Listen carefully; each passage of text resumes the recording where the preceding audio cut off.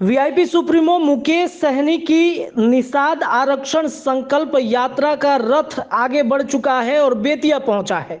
बेतिया पहुंचने के साथ ही संकल्प रथ पर सवार सहनी जिस पड़ाव पर पहुंचे वहां बड़ी संख्या में लोग उन्हें सुनने के लिए पहुंच रहे हैं। यह तस्वीर आपके स्क्रीन पर इस वक्त चल रही होगी, जिसमें विकासशील इंसान पार्टी के प्रमुख और पूर्व मंत्री मुकेश सहनी अपनी निषाद आरक्षण संकल्प यात्रा के साथ बेतिया पहुंचे हुए हैं। इस दौरान सहनी कि लोगों के बेहतर भविष्य के लिए, अपने हक और अधिकार के लिए संघर्ष के लिए हाथों में गंगा जल देकर संकल्प भी कराया है। आज की यात्रा लौरिया हाई स्कूल मैदान से शुरू हुई है और परसौनी, चौतरना, बगहा, गांधीनगर चौक होते हुए पंचायत वार्ड नंबर 16 तक जा पहुंची है। आइए सुनाते हैं मुकेश सहनी अपने संकल्प यात्रा के दौरान बेतिया पहुंचे तो वहां पर लोगों से बातचीत करते हुए क्या कह रहे हैं। एक संदेश लेके आए साथियों, हम लोगों ने निषाद आरक्षण संकल्प यात्रा इसलिए निकाला है कि निषाद समाज को आरक्षण मिले। आज बंगाल में निषाद के सभी उपजाति को, बिंद हो, बिलदार हो, नुनिया हो, मलाह हो, चाय हो, तियर हो, बनपर हो, निषाद के जितने भी कुड़ी हैं, 50 नाम से हम जाने जाते हैं, सभी को आरक्षण मिल रहा है एससी का। दिल्ली में निषाद के सभी उपजाति को एससी का आरक्षण मिल रहा है, लेकिन बिहार में हमें ओबीसी में रखा गया है। और जिसकी लड़ाई हम लड़ रहे हैं कि निषाद को एससी में, बिहार में भी डाला जाए, क्योंकि देश एक है, देश के चलाने वाला प्रधानमंत्री जी एक है, हमारे एक ही संविधान से देश को चलाया जाता है। फिर हमारे साथ भेदभाव क्यों हो रहा है? जब बंगाल, बिहार, उड़ीसा, झारखंड ये सब पहले एक ही राज्य हुआ करता था, समय के अनुकूल राज्य को बंटवारा किया गया, लेकिन निषाद वही है। जो बंगाल में निषाद है वही बिहार में है। पूर्णिया से उस पार चले जाइए तो बंगाल होगा, वहां पे निषाद को एससी का आरक्षण है और बिहार में नहीं है। तो इसके लिए हम लोगों ने मजबूती से आरक्षण के लिए लड़ाई लड़ रहे हैं और हम लोगों ने एक नारा दिया, आरक्षण नहीं तो गठबंधन नहीं, और गठबंधन नहीं तो वोट नहीं, और वोट नहीं तो दिल्ली की सरकार नहीं साथियों। और इस तहत हम लोग लड़ाई लड़ रहे हैं। देश के माननीय प्रधानमंत्री से आग्रह कर रहे हैं कि आप सबके लिए है, और आपने तो स्पेशल संकल्प लिया है कि गरीब समाज के पहले आप उनके हक अधिकार देंगे, तो मेरा हक अधिकार हमें दे।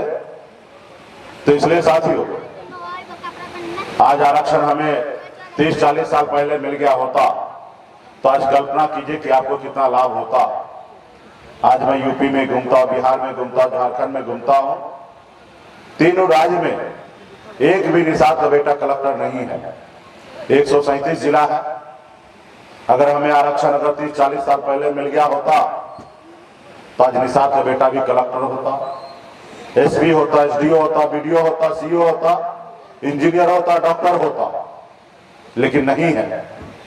आज हमारे परिवार के लोग सिर्फ मछली मारने पे मजबूर है। 8,000 रुपया महीने पे नौकरी करने के लिए अपने घर परिवार को छोड़ के दूसरे राज्य में जाने के लिए मजबूर है। आज ठंड का समय आएगा, दिसंबर महीना होगा, उस समय लोग घर से नहीं निकलेंगे, अपने रजाई से बाहर नहीं निकलेंगे, लेकिन हमारे समाज के लोग मजबूर होता है उस समय में ठंड में पानी में उतर कर मछली मारने के लिए। अगर वो मछली नहीं मारेंगे तो उनका घर परिवार कैसे चलेगा? तो साथियों, क्या आप ऐसी जिंदगी जो आज जी रहे हैं, क्या आप चाहते हैं कि आपकी आने वाला पीढ़ी ऐसी जिंदगी जिए? क्या आप नहीं चाहते हैं कि आपके बच्चे सर उठा के जिए? आप नहीं चाहते हैं कि वो बेहतर जिंदगी जिए? अगर आप चाहते हैं वो बेहतर जिंदगी जिए तो इस संसार में 2 काम करना पड़ेगा। अगर आप चाहते हैं कि आपके बच्चे अच्छे से जिंदगी जिए जैसे बाकी लोगों के बच्चे जीते हैं, तो उसके लिए 2 काम करना पड़ेगा। एक रोटी कम खाइए, अपनी जरूरत को कम कीजिए, लेकिन अपने बच्चे को पढ़ा लिखा के काबिल बनाइए। जब तक आपका समाज शिक्षित नहीं होगा तब तक कोई भी समाज आगे नहीं बढ़ सकता है। इसलिए आप गरीबी में जी रहे हैं, आप झोपड़ी में है, रहिए। जरूरी नहीं है कि पक्का का घर, जरूरी यह है कि आप अपने बच्चे को पढ़ा लिखा के काबिल बनाइए।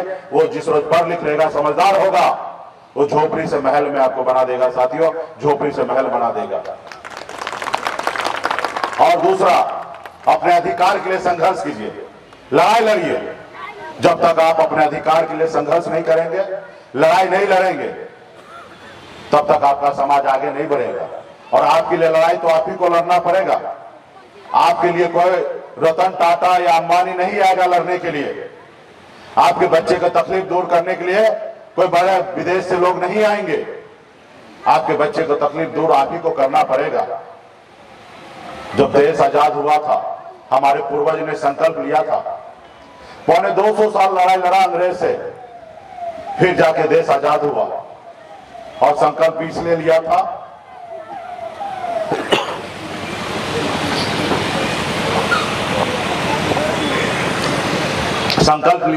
था कि आजाद भारत में हमारे आने वाला पीढ़ी सर उठा के जिएगा, सर उठा के सांस लेगा। देश को आजादी तो मिला, लेकिन खास करके जो लोग लड़ाई लड़े, जिसके बाप दादा शहीद हुआ, आज भी उसके बेटे, उनके पूर्वज, उसके वंशज आज भी गुलाम बना हुआ है।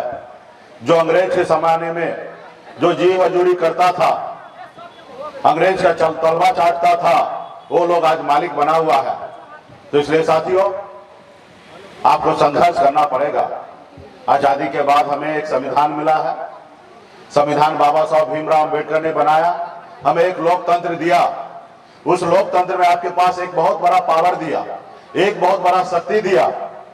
पहले राजा के घर में रानी के कोख से बच्चा जन्म लेता था तो राजा बनता था, लेकिन लोकतंत्र में बाबा साहब भीमराव अंबेडकर ने आपके पास ऐसी शक्ति दी कि एक निषाद मल्ला का बेटा, एक गरीब मजदूर का बेटा, एक किसान का बेटा अपने वोट के दम पर राज्य का मुख्यमंत्री और देश का प्रधानमंत्री बन सकता है। उन्होंने बताया कि अब जरूरी नहीं है कि राजा के घर में बच्चा जन्म ले वही राजा बनेगा। राजा वही बनेगा जिसके पास सबसे ज्यादा अधिक वोट होगा। और जिस लोगों ने अपने वोट को, शक्ति को पहचाना, अपने लोगों को साथ लिया, वो देखिए इस देश दुनिया में अपनी पहचान बनाया, अपने समाज को आगे बढ़ाया। ये काम आप भी कर सकते हैं। आपके पास भी बिहार में, यूपी, झारखंड में 15% वोट है, लेकिन आपको अंदाजा नहीं है कि आप क्या कर सकते हैं। जैसे हनुमान जी को पता नहीं था कि 7 समुद्र पार करके रावण को लंका जला सकता है, लेकिन जब याद दिलाया गया तो हनुमान जी 7 समुद्र पार करके रावण को लंका जलाने का काम किया। वैसी शक्ति, वैसी ताकत आज बिहार के निषाद, उत्तर प्रदेश और झारखंड के निषाद के पास है।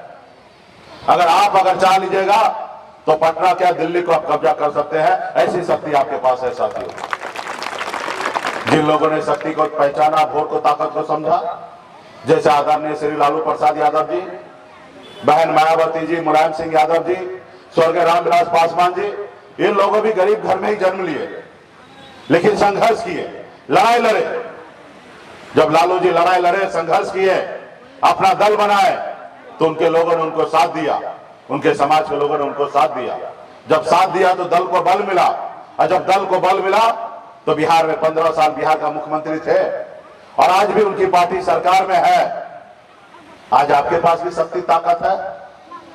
सिर्फ जरूरी है अपने वोट को पहचानना, अपनी ताकत को पहचानना। आज मैं आपके सामने में एक उदाहरण हूं। मैं भी एक गरीब घर में ही जन्म लिया, जहां पिताजी मछली मारते थे, दादाजी मछली मारते थे। ऐसे परिवार में मेरा भी जन्म हुआ। जहां हजारों समस्या था, वहीं मेरा जन्म हुआ। हमने भी गरीबी भी देखा है। 18 साल की उम्र में, जिस उम्र में बच्चे को अपने घर परिवार में, अपने रिश्तेदार के साथ रहना होता, उस उम्र में घर छोड़कर मुंबई जैसे शहर गया, मेहनत मजदूरी किया। मात्र 30 रुपए रोज पे मजदूरी करता था, 900 रुपए महीने पे नौकरी करता था, लेकिन मेहनत के दम पर, ईमानदारी के दम पर, संघर्ष के बदौलत मुंबई जैसे शहर में अपनी एक पहचान बनाया, एक बेहतर जिंदगी जीने लगा। बड़े बड़े महलों में रहने लगा, बड़े गाड़ी में घूमने लगा। जो बेहतर जिंदगी लोग जीते, ऐसे जी रहा था। लेकिन मैं मुड़ के देखा, बिहार, हमारे लोग बहुत पीछे हैं। लोग चांद पे घर बनाने के लिए सोच रहे हैं, लेकिन आज भी इस धरती पे हमारे लोगों के लिए रहने के लिए घर नहीं है। आज भी उनके घर पे जाने के लिए रास्ते नहीं है। आज भी गरीब घर में जाइएगा उनके बच्चे दम तोड़ देते हैं उनके माँ बाप के सामने में, क्योंकि उनके पास पैसा नहीं होता कि अपने बच्चे को प्राइवेट हॉस्पिटल में इलाज करा सके। आज ऐसी स्थिति बना हुआ है और देश हमारा बहुत तेजी से आगे बढ़ रहा है। देश के सभी लोग बहुत तेजी से आगे बढ़ रहे हैं, लेकिन आप वहीं का वहीं हैं, आप आगे नहीं बढ़ पा रहे हैं, आप गुलामी की जंजीर को नहीं तोड़ पा रहे हैं। तो इसके लिए साथियों, आपका भी अधिकार है कि सर उठा के जीने का। आप बताइए ना, उस बच्चे का क्या गुनाह है कि आपके घर में जन्म लेते हैं और जन्म लेने के बाद वही दिसंबर महीना में ठंडी में जाके मछली मारते हैं। उसका बेहतर जिंदगी कौन बना के देगा? आप ही को विचार करना पड़ेगा, आप ही को लड़ाई लड़ना पड़ेगा साथियों। तो इसलिए आप अपने वोट को, शक्ति को पहचानिए, संगठन पार्टी के साथ मजबूती से खड़ा होइए, अपने आने वाला पीढ़ी के लिए लड़ाई लड़िए। और जब लड़ाई लड़िएगा तो दो ही परिणाम होगा, हार या जीत, ये दो ही परिणाम होगा, तीसरा कुछ भी नहीं होगा। और मन से जब संकल्प के साथ लड़िएगा तो जीत होगा। क्या होगा? पहली बार आप गिरिएगा, फिर उठिएगा, फिर गिरिएगा, फिर उठिएगा, फिर गिरिएगा, फिर उठिएगा, और एक न एक दिन हार भी शर्मिंदा होगा और एक न एक दिन आपको जीत दिलाएगा साथियों। आप बताइए ना, हमारे पूर्वज ने 250 साल अंग्रेज से लड़ाई लड़ा, कई पीढ़ी, 9 पीढ़ी लड़ाई लड़ा, तब जाकर देश आजाद हुआ। आज आप लड़िएगा, शायद आपसे नहीं होगा, आपके आने वाला बच्चे लड़ाई लड़ेंगे, शायद वो लड़ाई को कामयाबी में बदलेंगे। आज मेरी मांग कोई नाजायज नहीं है, हमारी मांग जायज है, और जब हम अपनी मांग जायज है तो हम क्यों ना लड़े? हमें देश के प्रधानमंत्री जी बता दे, वो आते हैं ना संडे को मन की बात करने के लिए, वो बताए कि मुकेश सहनी जी आप जो मांग कर रहे हैं वो गलत है, तो हम 4 कदम पीछे हट जाएंगे। अगर मेरी मांग सही है तो सरकार का काम है पूरा करना, और सरकार तो आप ही बनाते हैं, सरकार तो आप ही बनाते हैं, आप ही के पास पावर है। आपने देखा पिछले 9 सालों से आप लोगों ने सहयोग दिया, साथ दिया, हम लोग लड़ाई लड़ रहे हैं, मजबूती से आप लोगों का सहयोग मिला। हम आरक्षण का सफलता प्राप्त नहीं कर पाए, लेकिन हमने बिहार में कम उपलब्धि हासिल नहीं कर पाया, हमने बहुत उपलब्धि हासिल किया। कल तक निषाद का बेटा को कोई जानता नहीं था, पहचानता नहीं था, आज पूरा देश जानने लगे, पहचानने लगा। आज निषाद के बेटा से प्रधानमंत्री डरने लगे हैं, आज निषाद के बेटे से राज्य के मुख्यमंत्री डरने लगे हैं। ये हम अपनी पहचान बनाए हैं। आज तक हमारा लोग एक टिकट मांगने के लिए अपनी पूरी उम्र बिता देता था, एक टिकट नसीब नहीं होता था, लेकिन आपने देखा 2020 में एक निषाद का बेटा टिकट नहीं मांग रहा था, टिकट बांटने का काम किया, टिकट हमने बांटा। ये कैसे हुआ? ये बस आपका सहयोग से हुआ, आपके साथ की वजह से हुआ। आपने देखा 4 हमने विधायक बनाया, आजादी से 75 साल में पहली बार बिहार में निषाद का बेटा ने अपना दल बना के 4 विधायक बनाया, और सरकार का चाबी मेरे जेब में था। हम जिनको चाहते उनको सरकार बना सकते थे, ऐसे हमारे पास पावर था। हमने ईमानदारी के साथ हमने नीतीश कुमार जी को बिहार का मुख्यमंत्री बनाया, क्योंकि हम एकलव्य के वंशज है, अमर शहीद जुब्बा सहनी, वीरांगना फूलन देवी के वंशज है। हम कभी किसी के साथ गद्दारी नहीं करते। हमारे पास भी ऑफर आया था, आइए डिप्टी सीएम बनिए, 4 विधायक को मंत्री बना दीजिए, आइए सरकार में जो चाहिएगा कीजिए, लेकिन हम ईमानदारी के साथ आगे बढ़ना चाहते हैं साथियों। हम कभी किसी के साथ गलत नहीं करते हैं। लेकिन आपने देखा आपके साथ क्या हुआ, आपने जिनके साथ था वो आपके साथ क्या किया। वो देखा एक गरीब मजदूर का बेटा जो कल तक गुलाम था, जो हमारे पैरों तले दबा हुआ था समाज, आज वो मालिक बन गया है, आज सरकार में मंत्री बन गया है, 4 विधायक बना लिया है, सरकार में अपने हिसाब से चला रहा है। इसको रोको, नहीं रोकोगे तो निषाद समाज बिहार में सोया हुआ शेर है, ये जग जाएगा, और जिस रोज जग जाएगा उस रोज लालू प्रसाद यादव जी के जैसे अकेले बिहार में सरकार बना लेगा, क्योंकि इनके पास 15% वोट है। अब फिर ये जग गया, अपने आप को सरकार बना लिया, तो फिर किसको गुलाम बनाओगे? तो उनको अच्छा नहीं लगा। जो समाजवादी विचारधारा वाला है उन्होंने आपके विधायक को खरीद लिया, आपको सरकार से बाहर कर दिया, इसलिए क्योंकि निषाद का बेटा खड़ा ना हो। वो सर उठा के जिए नहीं तो दुश्मन आपका बहुत चालाक है साथियों। आपको दुश्मन से लड़ाई लड़ना पड़ेगा मजबूती से। आपने देखा होगा अटल बिहारी वाजपेयी जी का सरकार स्वर्गीय रामविलास पासवान जी एक सीट से गिरा दिए थे।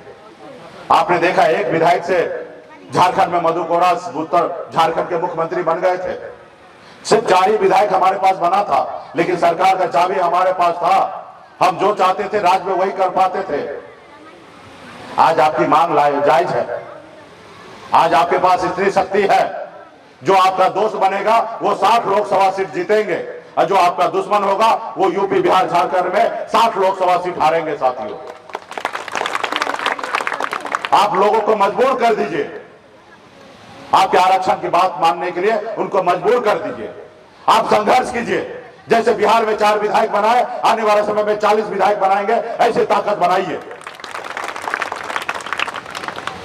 40 जब हम बिहार में बना लेंगे तो दिल्ली में भी 10 बना लेंगे, और जब दिल्ली में 10 आपका बनेगा तो सरकार तो आपके हिसाब पे होगा, और जब सरकार आपके हिसाब से होगा तो भारत के संविधान को हम भी मानते हैं और दुनिया भी मानते हैं, और संविधान के दायरा में रहकर हम निषाद को बेटा को आरक्षण लागू करेंगे। बहुत दूर नहीं है साथियों। 75 साल आपने लड़ाई लड़ा, संघर्ष किया है। आपने पिछले 9 साल से आप हमारे साथ हैं, और आप लोग तो 6-7 साल से हैं, और 6-7 सालों में हम लोगों ने एक अपनी बिहार में पहचान बना लिया है, और इसी तरीके से 2-4 साल 5 साल और हम संघर्ष करेंगे। अभी हमारा उम्र ही क्या है, 42 साल ही हुआ है। अभी हम मजबूती से कम 30 साल तो एक्टिव राजनीति करेंगे साथियों, और 30 साल मतलब 72 ही होगा, और 30 साल जब एक्टिव राजनीति करेंगे और 5 साल में हम यहां तक पहुंच गए हैं। जो आज दिल्ली का कुर्सी ऐसे से हिलने लगा है कि मुकेश सहनी कैसे डील होगा। आज आ रहे हैं, कह रहे हैं आइए दोस्ती कीजिए और हमारे दल में आ जाइए और अगला 2025 का मुख्यमंत्री बन जाइए। वो आते हैं, ऑफर करते हैं। हमने कहा भाई हम मलाह हैं, हम मछली मारते हैं, जाल में फंसाते हैं, हम फंसते नहीं हैं। हम अपना झोपड़ी में ही रहेंगे, हम संघर्ष करेंगे, लड़ाई लड़ेंगे, लेकिन अपना झोपड़ी का राजा रहेंगे। तुम्हारे महलों में नहीं आना है, तुम्हारे महलों में आके गुलाम हमें नहीं बनना है, हमें संघर्ष करना है। तो इसलिए साथियों, पार्टी के बहुत सारे साथी हैं। पहले बहुत ही अच्छा आप लोग एक्टिव थे, कुछ सालों से आप लोग सो गए हैं। इसमें खैर आपका कोई गलती नहीं है।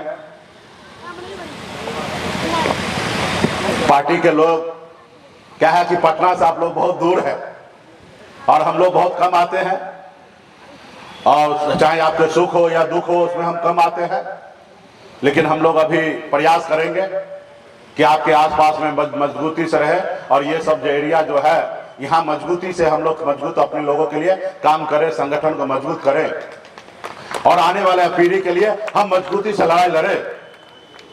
तो इसलिए साथियों, इस बार हमने ऐसा दबाव बनाया है, जैसे कोरोना काल में आपने देखा कि डॉक्टर ने एक वैक्सीन का निजात किया था लोगों को सुरक्षित करने के लिए। हमने भी एक वैक्सीन बनाया है, और इस बार जैसे वैक्सीन जैसे बिहार, यूपी, झारखंड के निषाद भाई लगाते हैं, वैसे वैसे दिल्ली का कुर्सी ऐसे ऐसे हिलने लगा है। वो मानने लगे हैं कि अब बिहार में, यूपी, झारखंड में निषाद का बेटा का वोट अब गुमराह नहीं होगा, निषाद का वोट बिकेगा नहीं। निषाद का वोट वहीं गिरेगा जहां निषाद के बच्चे का भविष्य तय होगा, निषाद के बच्चे को आगे भविष्य होगा, वहीं पे वोट गिरेगा। और वो देख रहे, परेशान हो रहे हैं, और आपको उनको परेशान करना है, उनको दिखाना है, उनको बताना है, क्योंकि वो लोग गलतफहमी का शिकार भी है। वो लोग मानते हैं कि निषाद का बेटा है, लड़ाई लड़ते हैं, चिल्लाते हैं, थक जाएंगे, जब चुनाव का समय आएगा तो निषाद के बेटा को 200 रुपया देंगे और उसका वोट खरीद लेंगे। पहले ऐसा हुआ करता था। इस देश में जो भी गरीब समाज है, पिछड़ा दलित समाज है, ऐसे लोग कभी ना कभी अपना वोट को बेचते थे, क्योंकि गरीबी था, लाचारी था, कोई खिला देता था, कोई पिला देता था, और अपने बच्चे का भविष्य मात्र 200 रुपये में बेच देता था।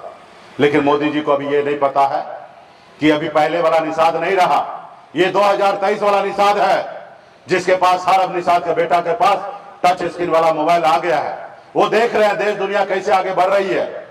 और अभी निषाद का बेटा अपने बच्चे के भविष्य के लिए वो अपना वोट बेचेंगे नहीं, अपने पसीना नहीं, अपना खून बहाने के लिए तैयार होंगे। लेकिन इस सब के लिए आपको लड़ाई लड़ना पड़ेगा, संकल्पित होना पड़ेगा।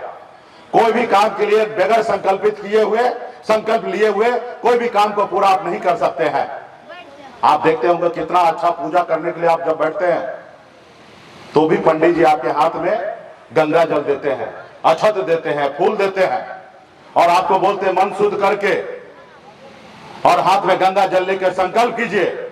और 2 रुपया भी बोलते रखिए दक्षिणा और 2 रुपया रखिए और संकल्प कीजिए कि सही तरीके से आप पूजा कीजिएगा।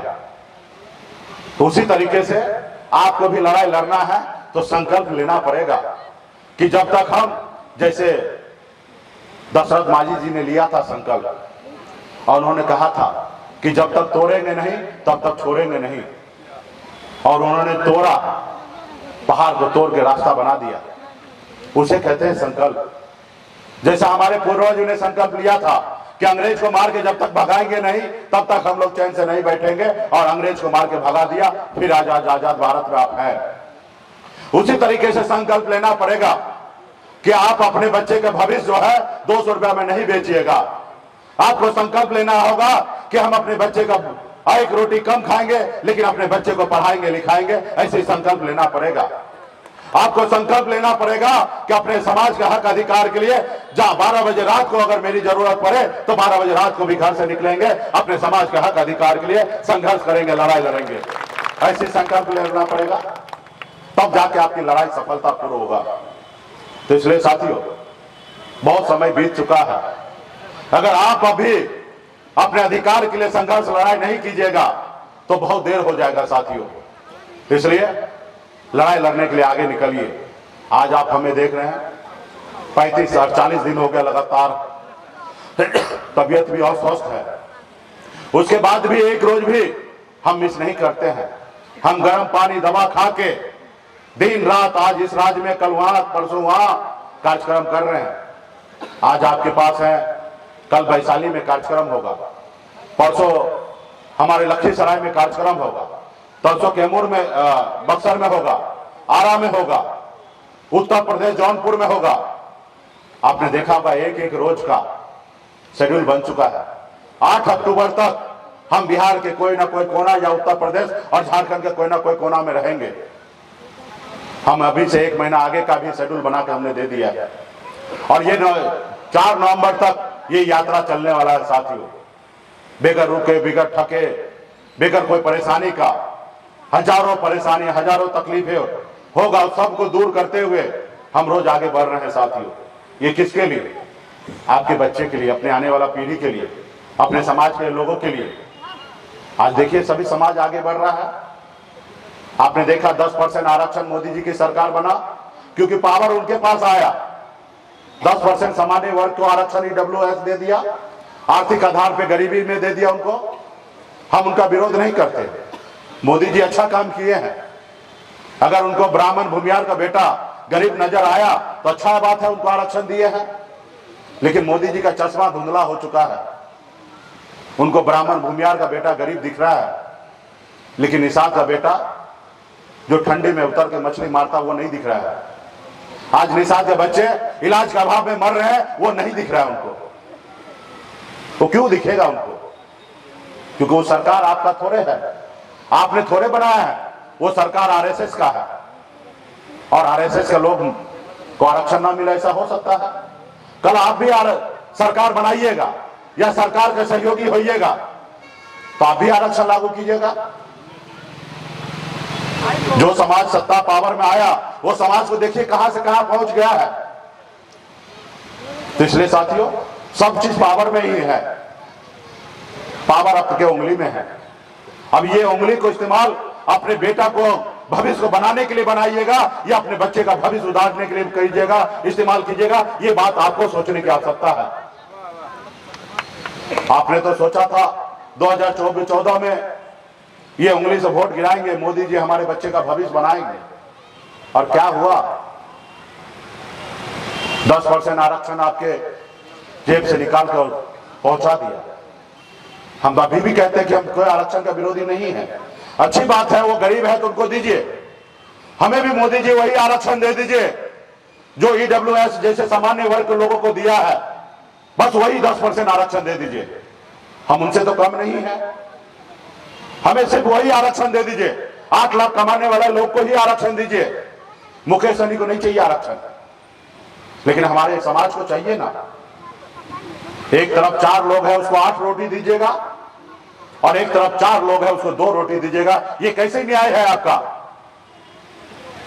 अगर न्याय चाहिए तो अपने उंगली का बटन को है सोच समझ कर अपने दल के साथ, अपने नेता के साथ गिराइए, जैसे हमारे यादव भाई लालू जी के साथ गिराते हैं।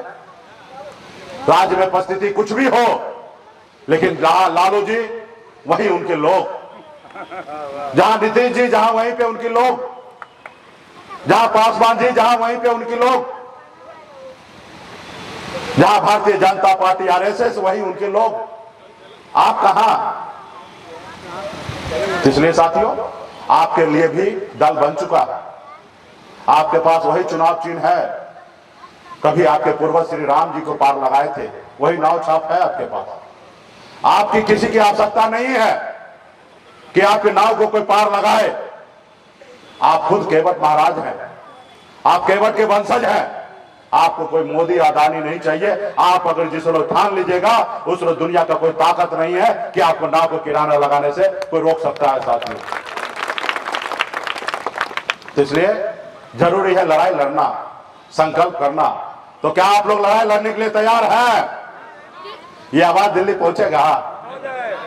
इस आवाज को पहले पटना पहुंचाइए। अरे पटना से काम नहीं होगा, पटना से काम नहीं होगा। पटना में काम होना रहता तो 2020 में करवा लेते। काम तो अभी दिल्ली से होना है, या मोदी जी को जिता के या उनको हरा के, तो यही है। तो इसके लिए संकल्प लेना। तो क्या आप लोग लड़ाई लड़ने के लिए तैयार हैं? हाँ, ये आवाज में हुआ ना दम, ये आवाज पहुंचेगा दिल्ली। मोदी जी यहाँ है नहीं, अब ये काम और करना है, वैक्सीन लगाना है मोदी जी को। और जितना वैक्सीन लगाइएगा उतना मोदी जी का गद्दे हिलेगा। और वैक्सीन का नाम को और संकल्प लीजिए कि हमारी जो सुनेगा हम उनकी सुनेंगे, जो हमारी फिक्र करेगा हम उनकी फिक्र करेंगे, जो हमारे बच्चे का भविष्य के बारे में सोचेगा हम उनके बारे में सोचेंगे, जो हमारी नहीं सुनेगा हम उनकी नहीं सुनेंगे। ऐसे संकल्प लीजिए। तो आपके पास वही वैक्सीन आ गया होगा, गंगा जल। सभी लोग निकालिए जेब से, सब माता बहन सब निकालिए, पार्टी के सभी नेता लोग निकालिए। और हाथ में जैसे पंडित जी आपको देते हैं ना गंगा जल, ढक्कन को खोलिए और हाथ में लीजिए और हाथ को ऐसे कीजिए। और ये वीडियो बनेगा और ये रात में मोदी जी के पास पहुंच जाएगा। और वो देखेंगे कि बघा में वाल्मीकि नगर में निषाद का बेटा ने संकल्प ले लिया है कि हम अपने आने वाला पीढ़ी के लिए हम लड़ाई लड़ेंगे। सभी लोग ले लीजिए, हाँ सभी लोग लो भाई। और नेता लोग को भी दीजिए, क्योंकि चुनाव में पहले नेता लोग इधर से उधर हो जाता है। तो सब नेता लोग को दीजिए। हाँ सब लोग ले लिए और हाथ को ऊपर कीजिए। अगर निषाद का बेटा है, अपने बच्चे के भविष्य के लिए लड़ना चाहते तो हाथ आगे कीजिए।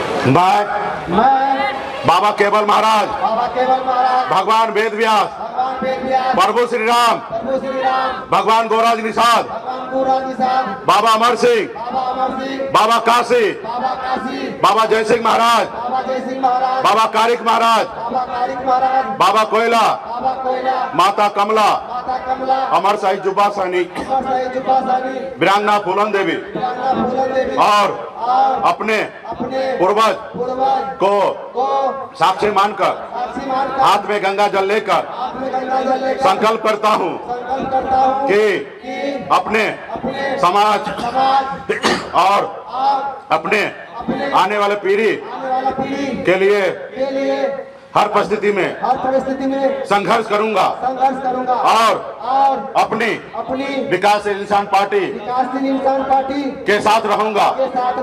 पार्टी जो निर्णय लेगी हम उस निर्णय के साथ रहेंगे।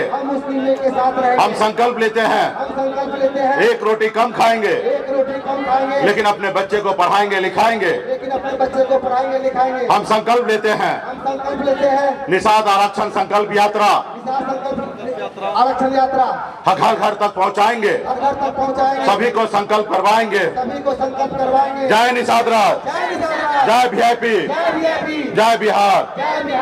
अगर ये वीडियो पसंद आई और वह बिहार के राजनीति और बिहारियत से सरोकार रखेनी तो सब्सक्राइब बटन दबा के चैनल के सब्सक्राइब कर ली। ओजे एगो घंटी बा, ओकरा बटन दबा देला से कुल सटीक और मारक खबर रुआ मुफ्त में मिल जाई।